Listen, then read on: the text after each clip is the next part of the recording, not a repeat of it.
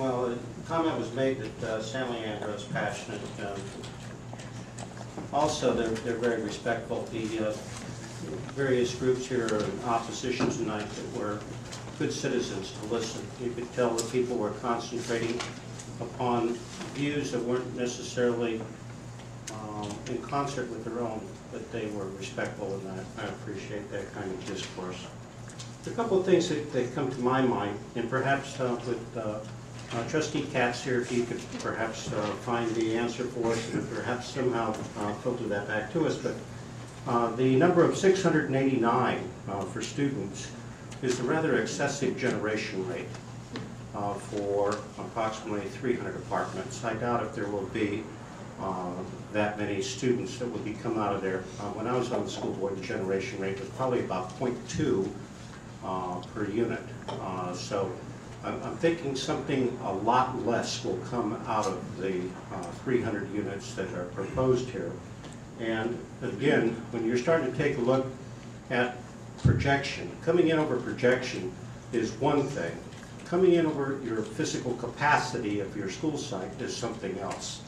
So we need to understand the long-term demographics. As the town grows, there will probably be some new students coming in, but there will be other units where the students will grow up and go to college, move away. So it's an ebb and flow of students, and you have to take a look strategically at that as opposed to trying to take a snapshot. So that's something, though, that we should discuss, because San Leandro will grow. The state of California is going to grow. We're going to go from about 33 million to about 50 million, and that's going to happen within the lifetime of our children. We're going to get denser. The transit-oriented development isn't just about low-income housing. It isn't about affordable housing. It's more about the way that our whole societies are going to be structured, which is going to be up and more dense. And that's going to change San Leandro. And we can either formulate that change and try and structure that, or else it will do it to us. So that's something we have to look at. Now, there are a couple of things. I like the comment from Mr. Talley about quiet zones. I listen to that train whistle every night from my house over on Lee. And I got to say that I don't like it. And I think there are ways that we can probably curtail that sound and make our entire community quieter. And that might be a good side effect of all of this discussion.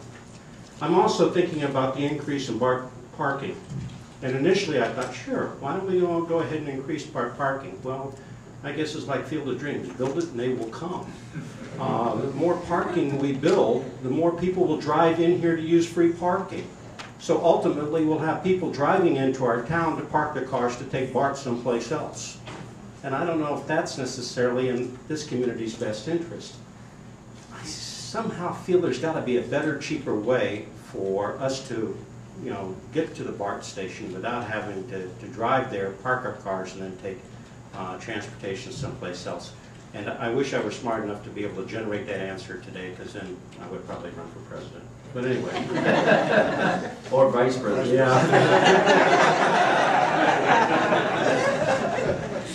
So anyway, infrastructure, of course, again, the cart before the horse before the cart, I don't know. We can't build schools until the kids are here. And the school district doesn't know where the kids are going to be, and they're going to have to acquire land.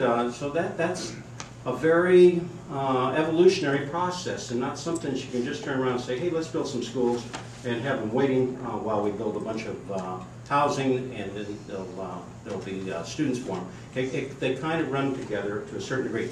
A question that came to my mind, and Trustee Katz, I hope you're out there still. Yes. Okay.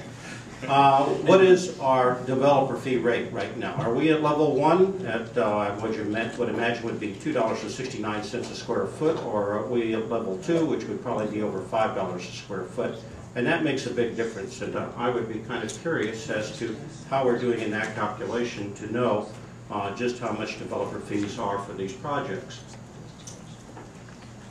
Mixed use in the affordable housing area, yes, I think that was what was part of the plan to begin with. And also the for sale units was originally part of the plan. And I see units on Hayes Street selling for $550,000. They're 3 stories high. There's 6 of them. 2 of them already been sold in this market right now. So for sale units would seem to be viable. And I would ask that perhaps the developers reconsider that, because that's an important aspect to me. And as much as I see where we're trying to have some affordable housing, but I also think for sale housing is an important component of this whole project.